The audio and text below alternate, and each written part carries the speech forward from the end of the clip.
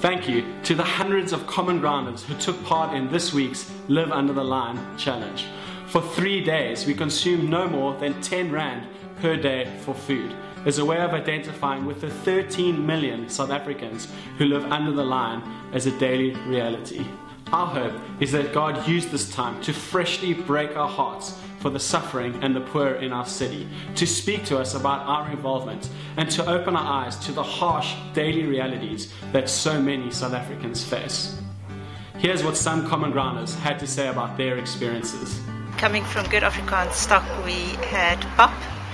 I think on Monday I had a massive headache the whole day. I think a lot to do with just caffeine withdrawal.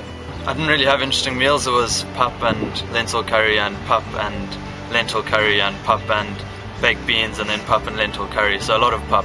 I think just freshly struck by how much we spend on just small luxuries. A cup of coffee at my favorite coffee shop would be someone's entire day's allowance. I think what this has done just made me realise just how sort of selfishly I do steward my money, how I'm always looking out for my own comforts. We take so much for granted, so it is very important just to get perspective, to see that we are actually very privileged compared to, I mean, what is it, 13 million, it's nearly 25% of the country.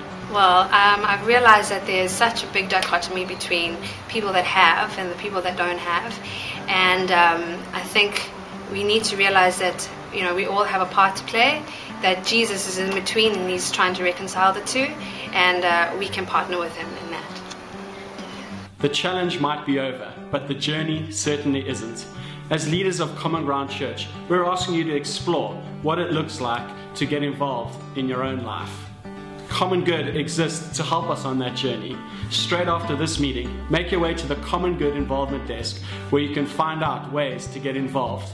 Or if you have any questions, email info@commongood.org.za.